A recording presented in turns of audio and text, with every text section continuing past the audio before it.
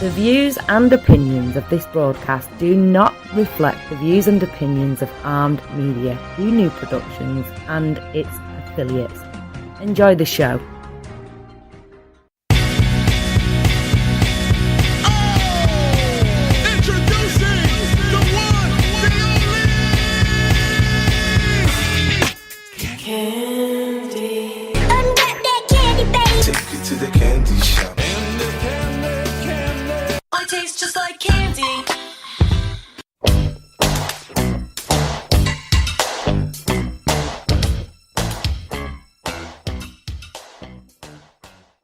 What's up, everybody? Welcome to Ask for Candy, 101 ways to make your love and your life sweeter. Who I am Candace Harper, lovecoach.com. I teach and inspire audacious intimacy to powerful, professional, grown women who want real relationships and seductive singlehoods. And I always say dating and relationships can be hard, but love is always easy. And you're listening to us on Armed Radio on your smart device, maybe using your TuneIn app, or maybe you're in the garden on armedradiogrobal.com.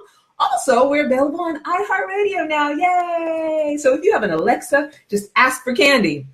Or maybe you're one of my fantastic people who are joining us on Facebook. I don't see comments yet, but I know people are coming in. And if you are, you know you can always comment and be in the conversation. If you're not joining us live, you can call us at 1-800-508-5431. And if you're anywhere and you're on Facebook and you have a profile, you can also join our groups, the Creative Love Collective and Armed Radio Group News. Now, like I said, I'm Candace Harper, lovecoach.com. My talent is conversation. My passion is personal growth. And my purpose is to teach and inspire radical self-acceptance in myself and others so that we can all have our best possible love life. And my guest tonight, my very special guest tonight. Now, if you've been listening and you've been following along, you know that we are in the summer of sexploration. So my guest tonight is an urban sex communicator, honey. She is the quintessential mompreneur on a move to transform the lives of women and girls in the area of sexual freedom, peace, and power. Can I get an amen? She is a shame shifter, and for over 15 years, she has been working to heal and empower women by using a myriad of modalities, mainly laughter. And at the present moment, Nikki B is building her business entitled Straight Sex, No Chaser, that produces a monthly workshop called My Pussy Matters. I want to say it again. My Pussy Matters.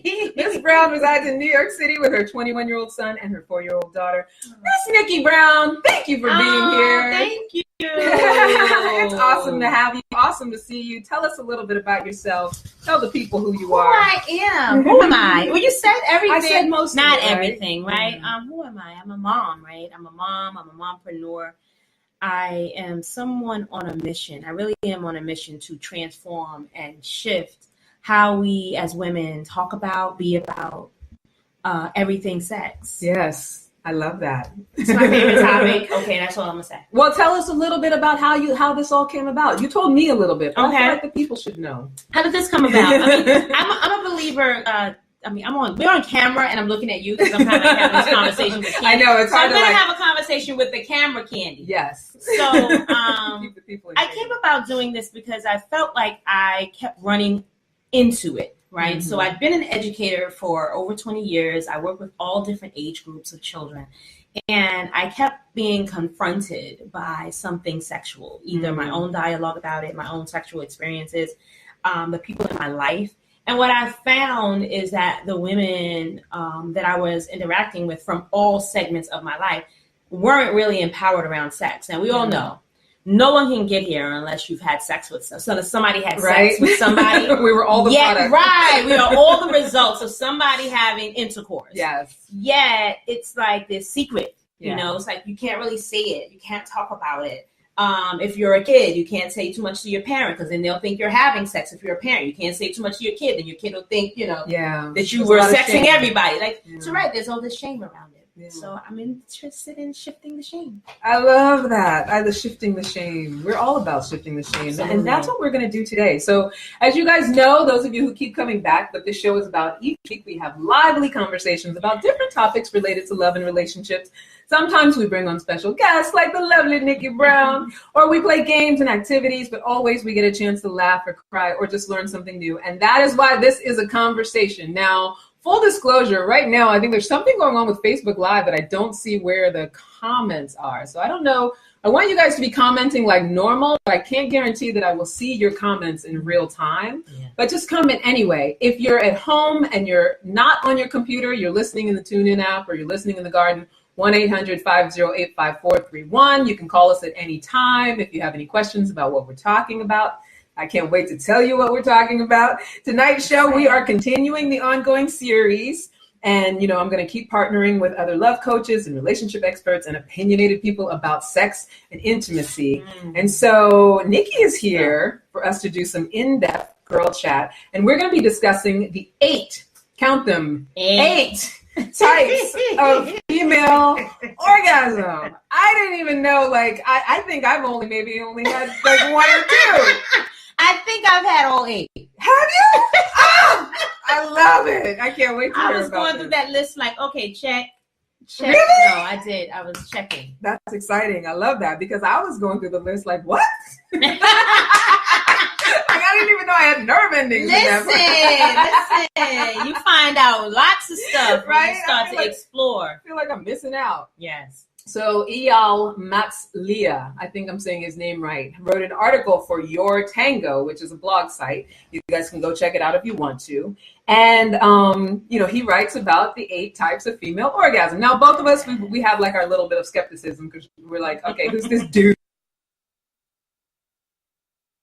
How dare he? Yeah, like there are dudes out there that I think they understand it and know how to cause it and create it, but they don't tend to have a lot of She said comments are turned off. Huh? Comments are turned off. Yes, so you should probably turn it on. All right. Somebody just chimed in. The comments are turned. I don't know how to turn it back on. Ooh.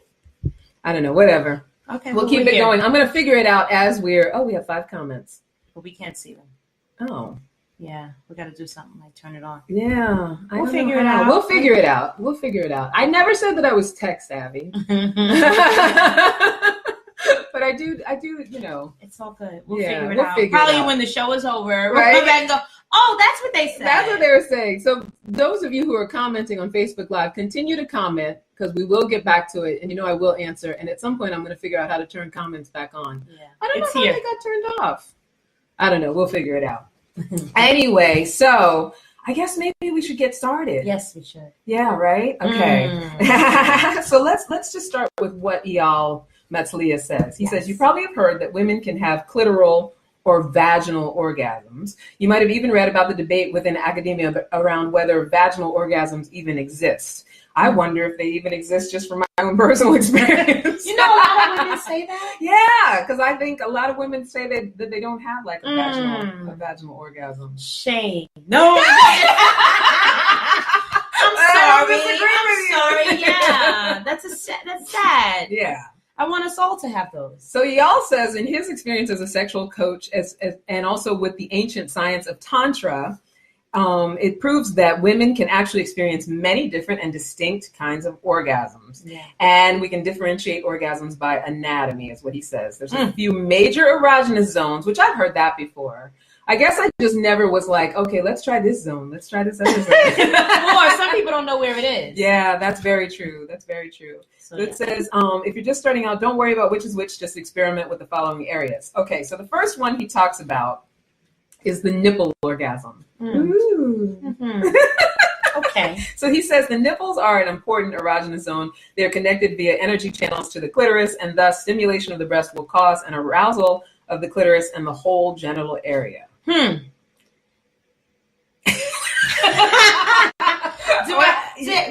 Dare I say something? Yes, by all means. So, again, that's the first one, right? And I presume that he went through from top to bottom, but he really didn't because he would have started with the mouth. So he started with the nipples. And so naturally with anything that you're reading, you go, how does this apply to me? Yeah. Right? How do I fit in here? Has this ever happened? So I listed everything. I wrote down all of the types of orgasms. Mm-hmm. And I said, have I ever experienced this? Now, I will say yes. And it was by accident. Okay. Right? Because I always like said, you had them and then just discovered that works? Right. Because I always said, I'm not stimulated by my nipples. Okay. I would say that, right? Yeah. And then recently, after I had my daughter, she's only 4, I started to feel like there was some sensation that I didn't pay attention to before. Or maybe the guy's man, whatever, who came along didn't know what to do. Yeah. I found somebody who knew what to do. Yeah. Now, see, what comes up for me when I think about nipple orgasm without, being... But I'll be candid. Candid, without being candid. But I just think of like laboring on them, and after a while, just getting annoyed with it. And I know that sounds so frigid because I'm not a frigid person, but I'm like, okay, if we're going at the nipples, because he even suggests like using a vibrator. He suggests, what did he say? With small breasts, women tend to be more sensitive, but all women can develop sensitivity in their breasts regardless of size. Yes. So if your breasts are not sensitive, give yourself regular breast massage or ask your partner to do so. Now, I get that, but I think mine are pretty sensitive, but I feel like I wouldn't want to... You wouldn't look at me like that. Okay, here's the thing. But them to be rubbed raw. No, right. I think cheese grater after a while. Cheese grater. Enough with here's that. the thing. Well, you know what that comes from. I think that when we have these situations where we're not being stimulated, a lot of times there's too much thought. Okay. We're thinking too deeply versus having the experience, letting it be orgasmic in the experience alone, right? Yeah. Before there is an orgasm, there has to be an exchange of energy that we're even engaged in to begin with. Because no matter what part of my body you're touching, it could be the most sensual erogenous zone. If the wrong person is touching it in the wrong way, ain't nothing happening. Yeah. You know what I mean? Just not going to get it. Yeah. Or if they're going at it. Right. Come on, get out of here. Which speaks back to something I was talking about last week with Julia, that idea of intimacy and creating and foreplay and, someone who's willing to be patient, I guess. Absolutely. And kind of take the time. You have to be patient. Your partner has to be patient. Yeah. I think that has to be a natural exchange of something. Yeah. That has to be present before you even get to that. Yeah. No, I hear that. That totally makes sense. Okay, we got it. We did orgasm 1. We're gonna see if we can make that happen now. Go out there and get you a nipple orgasm. Right? Everybody out there. Because men can do it too. I mean, I know he said female. I would feel like some men are sensitive enough there. Some. Girl, we got to talk offline. This is another conversation, everybody. Candace and I will, after. You need to come back for after the Candy show. After the show. Let me write that down. Yes. So then the next one he talks about is the clitoral orgasm, which is the one is the one that most women know to be an orgasm. For me, that's the obvious. That's yes, intense clitoral stimulation leading to a short peak of orgasm that lasts 20 to 30 seconds, focused mainly in the genital area and feels intense, sharp, but a bit shallow compared to vaginal orgasms. Which I thought was interesting. It says the pleasure declines rapidly. Your clit might feel hypersensitive and even a bit painful, and some women lose their interest and passion for a few minutes or even hours. I guess after you've had the orgasm. After you had the orgasm, I think. I mean, again, I've never lost interest for hours. I've never lost interest. Okay, part of how I live my life and how I do my business and discuss things at my events is that I share from a place of actually having the experience. I hear that. Right? So, this guy clearly is speaking from a theoretical place, right? Because he's a man. Yeah. And he doesn't have a clitoris. He can only give us feedback from what he personally experienced or what someone has told him. Yeah. As a woman who experiences orgasm intentionally, it's a very sensitive place, yet it doesn't have to have this frozen in time experience. I know that each body is individual. Yeah. Some women don't even get stimulated by the clitoris. Really? I can't imagine. But see, I feel for me, it's the one that I know for sure that's you know it's going to work. I know it's going to work, but also like there was something that you said that really resonated, because I think it's also knowing only one that will work can have you stuck, sort of stagnant, and like doing the same thing over and over again. Which is why you could say, oh, 8. Yeah. But I've only been doing 2. Where have I been all these years? I know my body. Exactly. So it does. Knowing that there are other options. Yeah. And being unafraid to try them. Yeah. Well, what he says is, for if you want to make it happen, I feel like a lot of us know these things, but it's good to talk about finger, shower head, vibrator, or your partner's mouth. Those are all the general ways to get it stimulated. To have it happen, right? And those of you who are out there watching on Facebook Live, please feel free to, if you don't mind putting your business on Front Street, tell us, like what is your thing as far as orgasms are concerned, and the clitoral orgasm, and what you think about that. And maybe you are one of those women who's like, I don't really get it that way, right? Yeah. Or maybe you're not interested in that, right? That might not be your thing. I believe we should all explore them. I mean, on your own personal time, with your partners. Yes, and we got 6 more. Listen, so. It's worth it. What do you have to lose? Right, what do you have to lose? You got so much to gain. Yeah, no, it's true. All right, so then the third one, I wish we had our comments, because I know people are saying stuff, especially my Lee. I know he's saying things. We got to get it somewhere. We're going to figure it out. I know. You keep talking. I'll mess around. Just don't shut down the live. I won't. Okay. No, we'll keep that open. So That's third what we did one, already, right? Yeah. We went over there. That didn't work. The post one. The third one is the vaginal entrance orgasm. And so he says there are many nerves at the entrance of your vagina, making it a sensitive and erogenous zone. I love how he's like telling women there are many nerves at the entrance of your vagina. Like, oh, really? Really? Oh, I didn't know that. Didn't know that. Thank you. Thanks. Making it a sensitive and erogenous zone. Apart from clitoral orgasm, this is where most women experience pleasure and subsequent orgasm. Okay. But compared with the inner areas, the vaginal entrance orgasm is more shallow and sharp. Similar to a clitoral orgasm, it might also become explosive. He's very descriptive for someone, like you said, who doesn't have a vagina. Maybe he has a vagina explode on him. From that experience. That vagina exploded. I know, like, this is what people talk about. He was laying it down. Vaginal entrance. Now, I have had friends, and I've had women that participate in my workshops who say, you know what?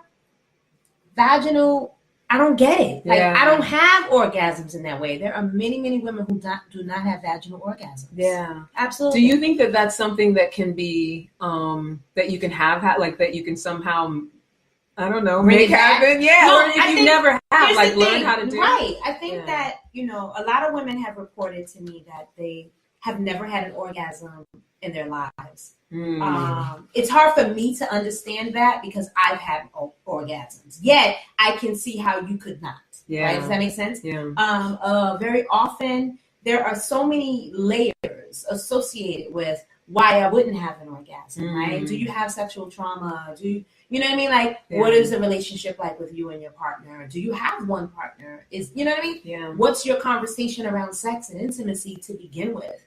I think that plays a whole nother role into what kind of orgasms we have or don't have. Yeah. No, that totally makes sense. But what would you say as advice to someone who's like, I've not had any kind? You said that there's a lot of women who say that they've never had one. Mm-hmm. My favorite way is get in touch with yourself. Yeah. In my training as a facilitator for women's healing, the conversation always leads back to self.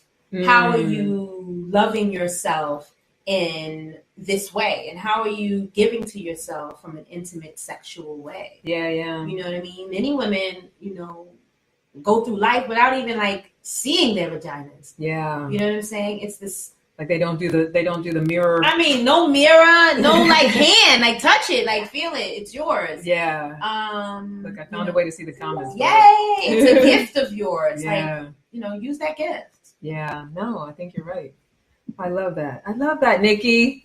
We're getting there, and use that gift, and don't be afraid to touch yourself. Yes. That's a big thing. Relationship with self. It always comes down to relationship with self anyway. So now we worked it out that we can see the comments. Yay. I see Rakia's here. Sean Williams, and a couple other people watching. Lee, I'm curious how and why this guy is presenting the research on the 8 orgasms. I mean, he says that he works with both men and women. Mm-hmm. And so he says that he is a intimacy, what did he say? He calls himself an intimacy coach or something. But it's not, and how it relates to business. Yes. Like he related business and intimacy. Or something. Yeah, or like orgasms and business, which I think, like, because we were talking about that other coach too, and I see where it's like, because we were talking about the pleasure principle and like, how you get pleasure involved in how you get your work done and all of that stuff. But I also think it's like, without judging his hustle. Right. No, absolutely. It's like, it's kind of a stretch, like orgasms and business and, making that connection in between. Like, how would you make that connection? I make the connection because I focus on sex. Oh, no. I think that to have a healthy sex life is important no matter what you're doing. And I think that when we are not having healthy, empowering sex lives, it impacts other areas of your life. Yeah. It's just that we don't speak about it. Yeah. Right? We pretend that, you've been in a convent, not if you're not a nun, like I'm holding it for the next 80 years until I meet someone. And so you want to know why, you know what I mean? It's like anything else. If it's not. But what do you think came, like I always say, it's like, which came first, the chicken or the egg? Is it that you haven't worked out, your purpose, your business, your why, who you are, and so then you can't have good sex, or do you know what I mean? Or good intimacy, I should say. Like, what do you think as far as that's concerned? I think that we could look at why it is important to be intimate. Yeah. Beyond sex, right? Sex is a physical activity. The intimacy is something else, right? That's something that we experience. We can have an intimate moment right here. We have no intentions of having sex, right? Yet we can be intimate with the conversation, with the dialogue. Yeah. And I think that is important in any area of your life. So there's pleasure in being intimate. Yeah. You know what I'm saying? True. People get pleasure from having these heartfelt conversations and even touches. Yeah. And so in that, then you get to open yourself up in a way for business, for work. That makes sense. You know what I mean? Yeah, so like you feel something. Yeah. I know the more I began to feel and love myself in a particular way, the more open I got to what my purpose could be. Yeah. And it wouldn't have happened if I wasn't doing this exploration, intentional exploration. And probably like a little bit more confident too. Absolutely. I would imagine. Yeah, absolutely. That makes sense. That totally makes sense. We're learning, honey. Feels good to be learning. It feels good to be learning. We are in the summer of sexploration. So we finally figured out how we can see the comments on my phone, which I still want people, if you want to call in, because it's the same phone, 1-800-508-5431 if you want to call in and comment. But the Facebook commenting people, I can now see you. I see Lee says self-love is great love. Yes, honey. It is. That comes first. Right? Absolutely. And you got to love your body. Yeah. Right? Oh, yeah. Which I think, definitely I think men struggle with this too. But obviously, with women in this culture, it's like a big thing. Loving your body. Loving your body and all of its curves and non-curves and internal moles and yes, okay. I got a few as I got older. Yeah. Right. So now this next one's really interesting because I feel like there's a lot of controversy around whether it even exists, right? So he says, number 4, the G-spot orgasm, originally called the Grafenberg spot after the scientists who discovered it. He says, I prefer to call it the goddess spot or the good spot. The G-spot is actually not exactly a spot, but an area. I don't know what the difference is. Located just inside your vagina, near the entrance. You're going to call it the G area? Right? On the upper wall under the pubic bone. When you insert your index and middle fingers into your vagina and curl or hook them towards your clit, you will discover that this area feels different than your vaginal walls. I actually have tried that before. I tried it to see what. Well, it exists. I don't care what anybody says. It exists. Yeah. I think it exists. I definitely felt it. He says it's like a ridged, soft, fleshy hill that feels like a combination between a hard tongue and a soft palate. It's a muscle. Yeah, totally. And it has that bristle. It's a muscle that has a sensation. He said all those nerves at the opening of the vagina. Yes. There are nerves all through our body. Oh, I wonder though. Some women have more nerves there than others. Like, it's. Perhaps. How do we know? I know from my body, and you just expressed. that we have them. The G area, whatever you want to call it, the G spot, the G muscle, the G sensation, what is it called? The Grafenberg spot. Listen, the goddess spot.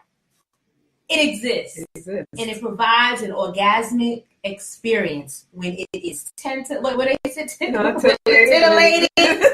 Listen, stimulated, grab like all of that. Listen, whatever you do, if you've had that piece of your body touched, or if you touch that part of somebody, you made an impact on somebody's body. Yeah, he does also say that it takes longer to reach that orgasm. So I guess maybe it's like it's the big one. I've never had that orgasm though. I have to say. Again, after candy. We're gonna have to talk after candy, not now. We're gonna have to talk after get into candy. The really personal stuff after the show.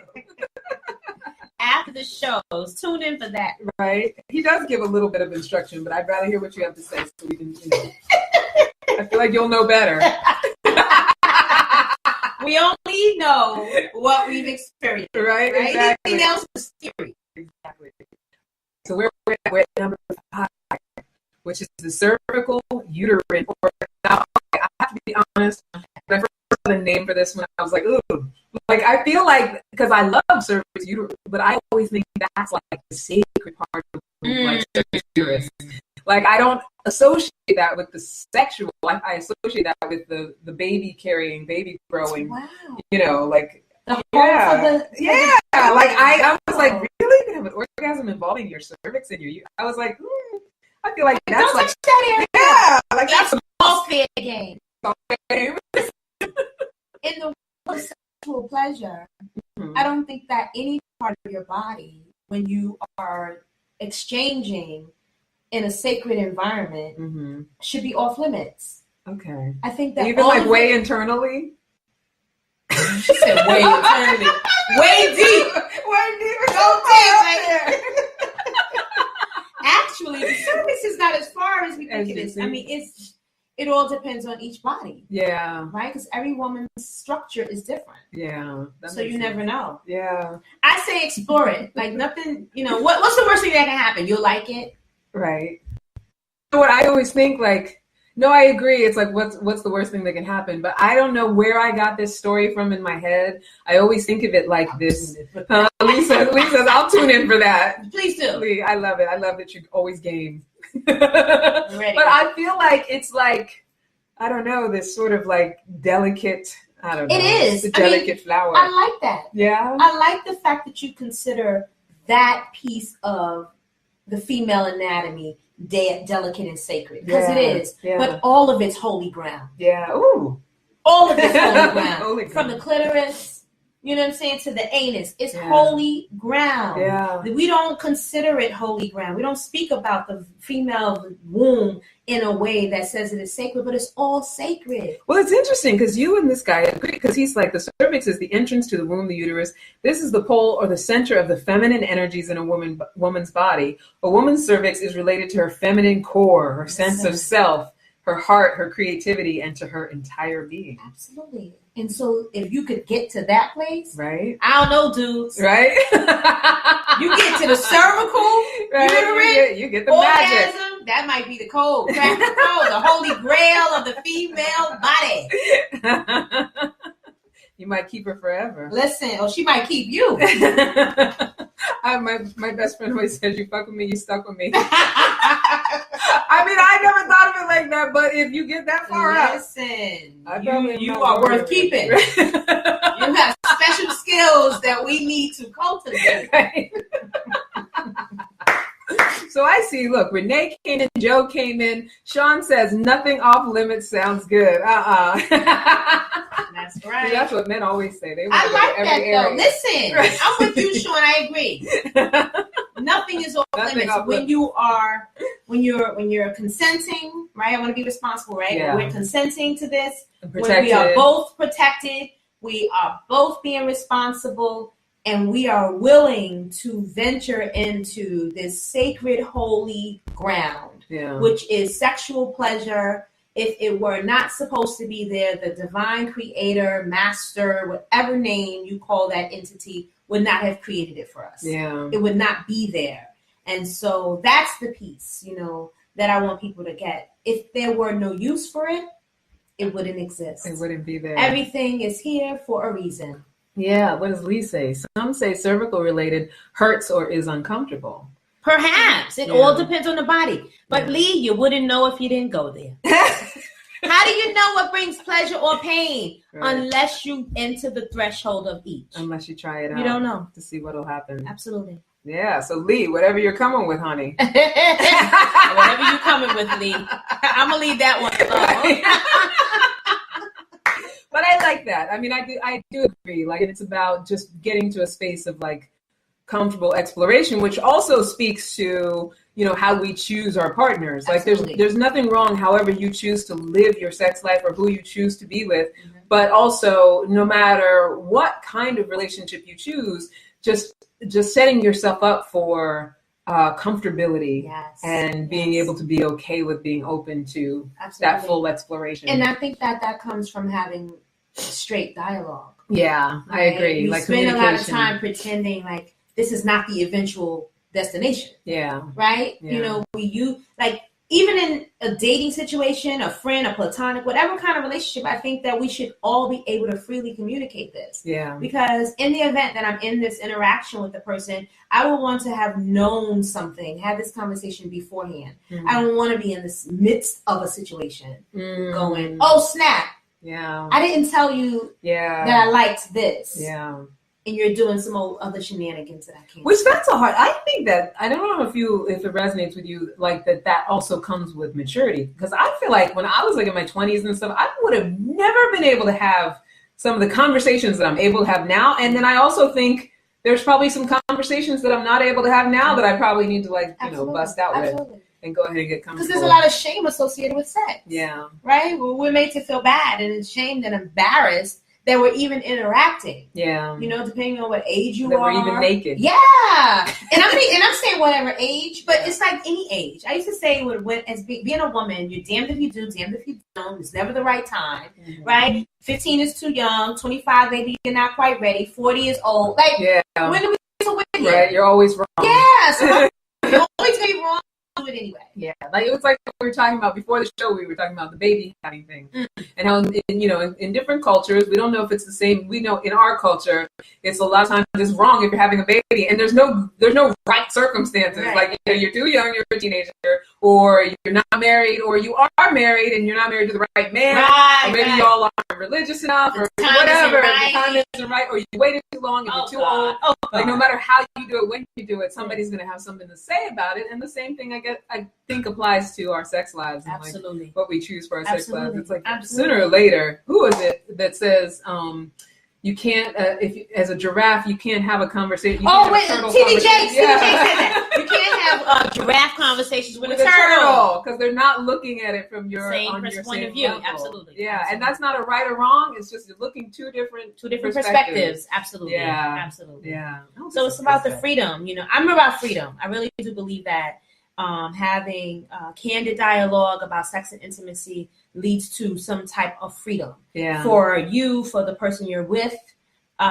When there is that freedom involved in this interaction that we're having, sex and intimacy, the experience is more pleasurable. Yeah, yeah. You know, when there's no shame and guilt associated with it, you could have a ball. You're willing to go into that. What is that? Deep conversation? Gotta have it.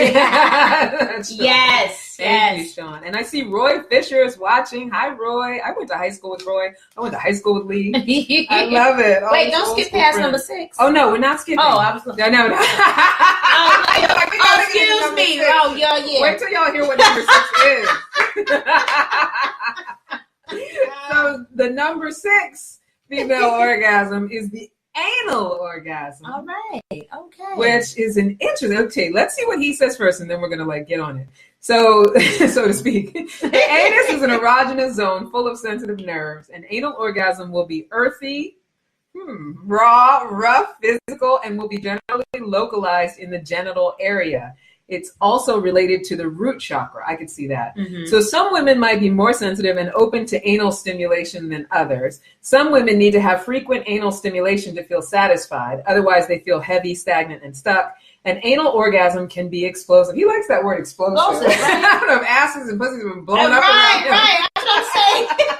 Yes, your partner should take extra care when penetrating you anally, as it might be more challenging to control his ejaculation. Now, here's the thing about Say that last part again. I'm sorry. He says an anal orgasm can be explosive, thus your partner should take extra care when penetrating you anally, as it might be more challenging to control his ejaculation. I agree. Good point. I mean,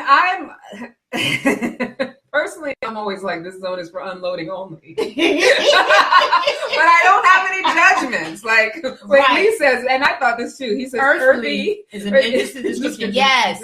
Explosive and anal might not be good words to go together. Exactly. Okay, so his word choice is a little off, right? I think it leads to it sounds to me, not just him personally, but just people in general, about the conversation around anal orgasm, anal sex, is that there is this negative connotation associated with it. Yeah. That there is some type of nasty, ugly experience that happens afterwards. Or there may be poop. There may be poop, right? Yeah. There may be anything. Yeah. I mean, I read some stuff today in this thing. Like in this very article? In this article, because I think, check the last one. Did you see the last one? Uh-huh. Yeah, we're going to have to get to that. Yes, I'm just saying. So there are, so many outcomes for any of these sexual experiences. And the notion that it could be negative, which is why it would stop you from even engaging, is ridiculous to me. I think that people should just try things out and see how it works for them. Yeah. Right? Sex and all of its pieces and parts, particularly the orgasms of it, are unique and individual. I'd be so there's no general. Yeah, I agree. I definitely think it's definitely because there's some people who say I had anal sex and none of that happened. Yeah, right. There was no explosion. Well, they do it in porn all the time. So well, porn is a little more controlled. That is true, but I'm saying if it can be done, it can be done. Well, right? Like whatever you want to use. Right. And I don't judge, because I think that if you do find stimulation, for me, it's a very scary negotiation. Okay, hold on. Wait. So, I've never done it. Candace never done it. I've never done it. She's speaking from theory. I'm speaking from theory. So for me, and the reason I've never done it is because I think about it, and I think about incorporating it, and it just doesn't work for you. Well, it just scares me a little bit, and I think of pain. Okay. And I'm like, okay. And I've made it this far in my life without having any sort of, Lee says anal also requires some prep for her too. Yes, I would imagine. Mental. Lots of lube, lots of mental prep. She was very, she was very stimulated anally. Control was not an issue. Okay. Oh. That's true. So there you go. It all depends on who it is. Yeah. Depends on who it is. Depends on who we're with. I think it's a very intimate experience. Yeah. It's not something that you would have everybody. Yeah. Definitely protection. Save that hole for your husband. Yeah. I mean, that's if you believe in marriage. Right? If you believe in marriage. That's if you believe in marriage. I've heard that before. That's if you're only with a husband. Yeah. I mean, everybody's doing it however they're doing it. I think that it's intimate. It's intimate. It's up close and personal. Yeah. If we're no matter what gender your partner right. is, it's intimate. If I'm going there with you, we go together. This is serious. You're with me forever. We break up, we're still together. Right. If we doing all that, this is the real deal. You're going into the, what do they call it? It's an erogenous zone. You go there, you're with me. Yeah. And you better have given me a ring, so to speak. Yeah, it's like giving me a ring. Not just you're going in not the ring. Just anybody's going up in that area. I don't know. We'll see if you're special ever happens. Well, he says to use your own fingers or a dildo to stimulate it first from the outside and then venture inward. And he also says he's like Lee. He's like, make sure you use a lot of lube and that you completely relax. That's an interesting perspective. What? That he's giving these pointers. I mean, because I think that there are so many ways to skin a cat. Yeah. Everything sounds like a euphemism. When you're talking about sex, everything sounds like some sort of euphemism. Skin a cat, right? Loop it up. I mean, some people have wet butts. I don't know if you always need lube. And see, that's the kind of thing that scares me. What if it's not as lubricated as you need it to be? That's funny. I see Scott Cleveland just joined us. What's up, Scott? And Joe Savino, my love, is here. I'm glad you guys are joining. So, okay, we're on number 7. Yes. Which to me is fascinating because I've never had this, but I would be willing to like see where this could definitely go. So the throat orgasm. So it says, women can have orgasms when performing fellatio, especially when deep throating or from having a finger or two rubbed on the back of their throat. Interesting. These orgasms are related to the arousal of the pituitary gland at the back of the throat, which is also a minor chakra, according to Tantra. The experience of this orgasm might also be related to the physiological effects of holding one's breath and the suppression of the gag reflex. I think you have to suppress the gag reflex in order to... I mean, because I feel like if you're, I don't know. I was getting ready to listen to y'all. Okay, let me hear your expert advice on this here. I mean, I'm thinking in terms of like what happens when you have the gag reflex, right? Like, you have that like stoppage thing. I don't know. I would think that it would stop the energy of the orgasm if you're. I mean, am I overthinking it? You could no. I mean, I think that it all depends. I think that when you are engaged, now this is talking about oral sex, yeah. Yeah. Right. So during oral sex, right? So in an oral sex situation, it sounds like he's really more or less leading to like what they call a deep throating or something. Yeah. I was. He doesn't say that, but that's right. That's what. Because if you're talking about gagging, because I wouldn't gag if it's nothing on the. What do you call it? The pituitary gland? Well, he says it goes back. It's the epiglottis that actually, if you get that, it makes you like. I'm not going to do it. Well, I don't want to another video. That's a whole nother video. Y'all are going to have to go to Pornhub.com. There's a lady on YouTube that shows you how to do it. Handle it. Yeah, she tells you how to do a mean one. Make it happen. I mean, but I think that when I was reading it, I was thinking of an orgasm that might occur someplace else because you are providing this pleasure. Oh, yeah.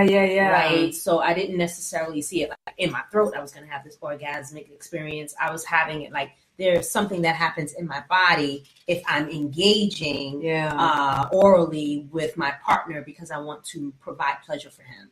Like your orgasm might like... Right, like it's happening for me someplace else. Well, he says something about what he calls throat ejaculation. Wow. Not ejaculation in the throat. He says, okay, when stimulated orally, some women can excrete huge quantities of saliva and mucus that can be very viscous. Sometimes there is even a sort of white foam. The release of these fluids is considered to be throat ejaculation.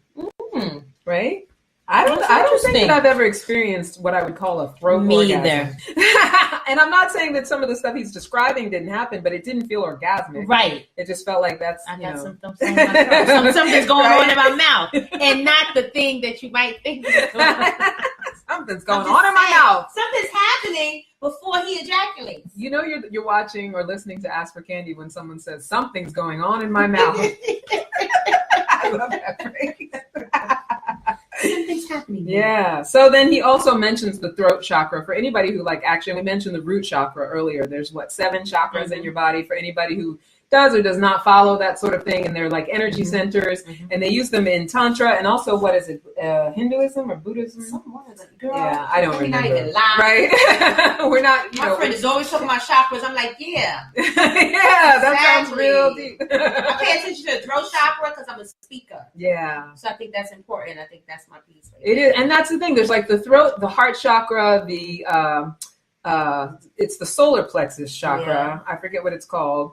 And then there's the root chakra and I don't know. Let me not act like I'm an expert. I kind of know them, but I don't know them. So I don't want to go into it. But the thing about it is that they're energy centers. Yeah. So I think he's trying to like refer to how, if you're stimulating near to those things, that your likelihood of causing, a great orgasm, a great pleasurable experience, right? Yay. Oh my goodness. We are moving along, honey bunny. We got this. Okay. We made it to number 8. We never make it to number 8. I think we're doing good. Yes. I think we're like, I like this. Yeah. And I don't know about you guys out there. You can comment if you like, or you can call in if you like. I personally am now very curious to discover how I can cause these different orgasms. Well, I don't know if you need to cause them. No, that's true. Perhaps. Remember that topic we were about to bring in? So yes. maybe you can... And I can enroll. Yeah. Well, we were talking about the whole idea. This was the question. I'm glad you reminded me of this. I asked Nikki a question before we started because it's been something that's been on my mind since, if you were listening last week with Julia, we talked about the idea of being responsible for your own orgasms. And Sean says, Shaka Khan. Stop it. Rebecca. True. Stopped. Thank you, Rebecca. So what the question was, not even the question, we kind of came to the conclusion that we have to be responsible for our own orgasm, which I totally believe and I buy into, and I think it makes sense. So, but here's the thing. I was asking Nikki, like, how do you balance being responsible for your own orgasm and then also allowing your partner the space to cause that for you? Absolutely. You know, no matter who, or, you know, what your preference is, or, you know, whatever, as far as your partnership, like, you still want to give them space to be able to explore your body in a way that will bring about an explosion. Exactly. And I think whether you're with women or whether you're with men, like, I do think sometimes men can get their egos involved, but I know for myself, like, we all feel good when we can cause that for somebody else. Absolutely. Right? So yeah, tell me again what you think, and, you know, whatever else you want to say about how to balance being responsible for your own orgasm, but also sharing that responsibility with your partner, whoever they may be. I mean, first of all, I would retract the all statement. We don't all care about providing pleasure for another. I've had some really selfish that lovers didn't care. The way. That makes sense. And a lot of people complain about having selfish lovers. I think that you know, I'm responsible for my own orgasm, but it's because I'm interested in providing pleasure for another. Okay. So I want you to experience what I want, what I'm going to experience. I'm clear. I'm going to handle my business. Yeah. However, again, it always goes back to the kinds of communication that you're having with your partner about what does please you and what they're able to provide. Because sometimes there are things that you like that your partner may not be a master in. Yeah. And so are we going to be willing to train one another? And getting out the pleasure that we want. I feel like a lot of people have it. Like, I like that, train one another, because that's basically what we do. But I feel like a lot of men, especially, like that's talk about that conversation, like talking to a man and having a communication that trains him.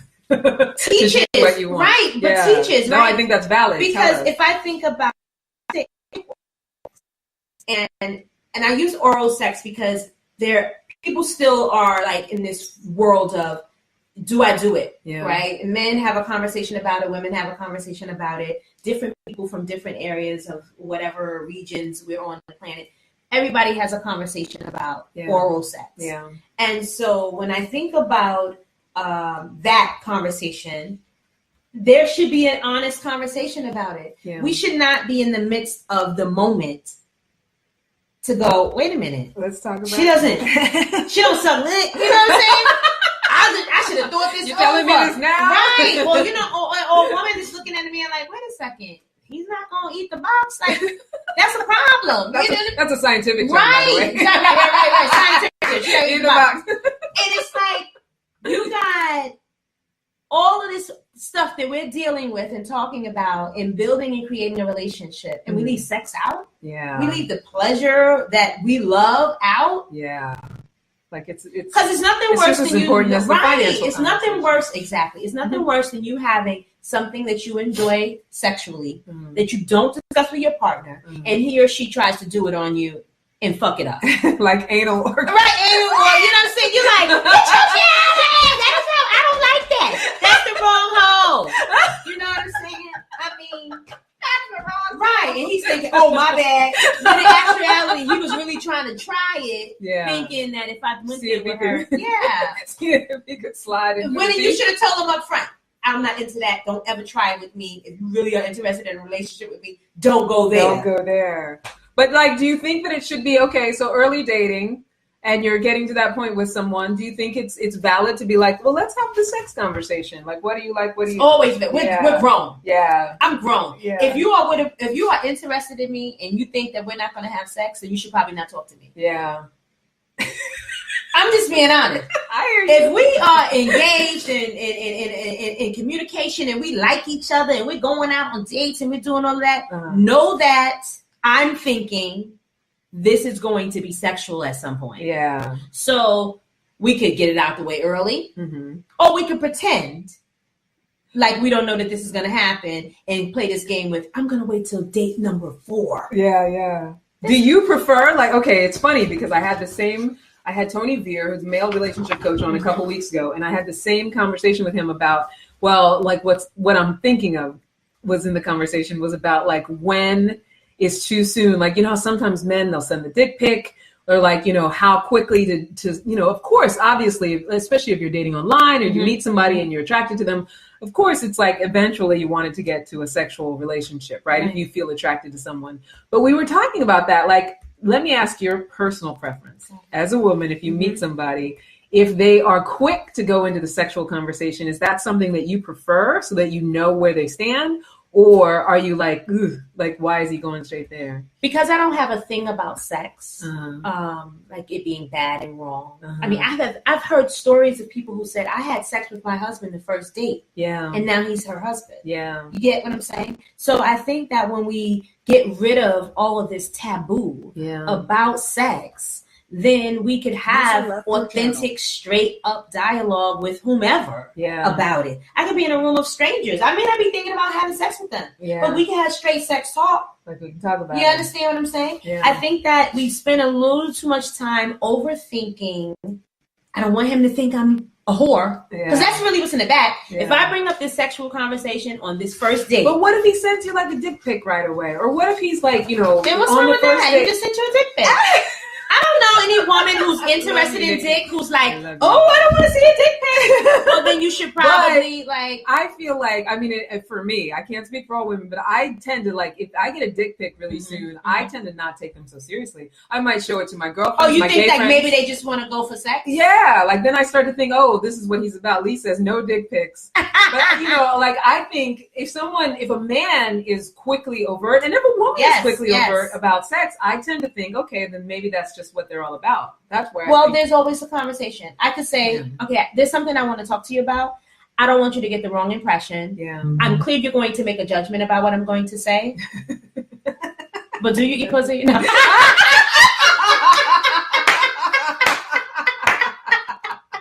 We need to get that out the way right. And he could deal with all of his upset, all of his disappointment in that quick moment, and then answer the question or not. Because then this is the thing.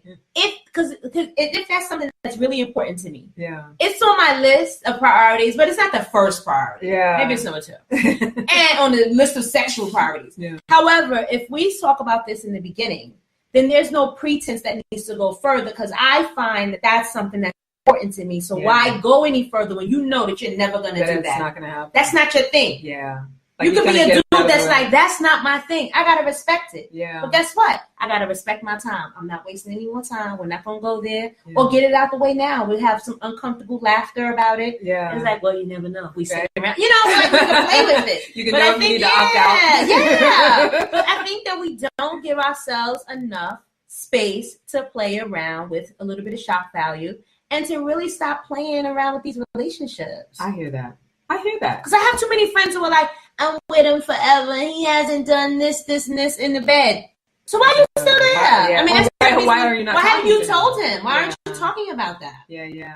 I agree. And on that note, we're like almost done. I want to make sure we get everything in. Nikki, you were fantastic. Thank you. I love you. I love it. I had a good time. Thank you for coming and being here. Hopefully you'll come back again, because we're going to do more sexploration. More sex. Yes, we got through all 8, which is amazing. So we just have these few business things to tell you. Hopefully we have enough time. So, you know, I always tell you guys my 45-day intensive one-on-one coaching program, The Secret Art of Seductive Singlehood. It's to help single women over 35 discover their purpose and attract a soulmate to support them in fulfilling it. The understanding that it's really about self-relationship. How do you get into a relationship with yourself, mind, body, and spirit, so that you can attract someone who you not only want to overflow and contribute to, but is there to contribute to you, as opposed to the other way around, which a lot of us do. And so the 3 ways to make your love and life sweeter this week. Open up to the unknown. I guess I'm going to have to do that with anal orgasms. I don't know. She said it here. I said it here. Question authority. So if, whatever parents and grandparents and whoever told you about sex, like start questioning that stuff and maybe take some of the shame out of the conversation and find your own orgasms. So maybe one of the 8 might work for you. Maybe you have more of your own or something like that. Right? So Nikki, tell everybody what you want them to know and where you want them to find you. Right now, you can find me on Facebook, Straight Sex No Chaser. That's the name of the company, right? I am coming soon. So you can email me, straightsexnochaser@gmail.com. I think that if you have questions, concerns, you want to book me, you want to talk to me, you want to come to one of my events, I can send you information about that.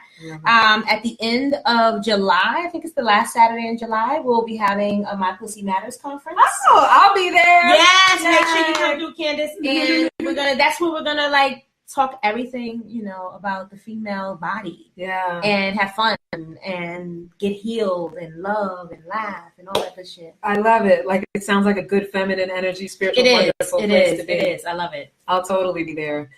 All right. Awesome. Thank you so much for being here, Nikki. Thank you for having me. Yes. We definitely have to do this again. I got to come back here. Right. Part two. So much fun. Yes. I loved it. So next week we'll have Dr. Heike and Jonathan Hudson, American. Well, actually, we're going to have Dr. Heike first, and then the next week she's going to come on with her husband from sextraordinaryliving.com, and they're going to teach us the somatic approach to healthy relationships and sexuality. Right? So if you want to leave any comments and you're on Facebook Live, you can we got 1 minute left. You're on Facebook Live. You can leave any comments. I'll come back later and talk to you. Nikki will also have access to this post, so she'll be able to come back if you want to ask her any questions. Also, you can email us at askforcandypodcast@gmail.com. And, you send us questions, you send us, whatever your thoughts and information, and then we'll cover it. And it's also, if you want to give ideas for other stuff to cover on the show, right? We can come back and cover it later. But until next time, never forget that you are a love machine. And if you ever start to feel like you aren't getting the love you need, just make more and ask for Candy. Absolutely. Mwah! I love you, Armed Radio Global. I love you, everybody on the TuneIn app. I love you, everybody in the garden, on iHeartRadio. Bye. So Armed Radio left. Facebook Live people, I love you too. And I didn't want to say it when they were here, but I love you especially because you can see us and you're commenting. So those of you who are listening on Facebook Live, thank you for being here. Thank you. Yes. And Miss Nikki, you are coming back. Thank you. Yes. Loved it. I had a good time. Right. Awesome. All right. Ask for Candy, everybody. I'll talk to you soon. Come on. Bye, Jimmy. Bye, Jim. Bye, Jim.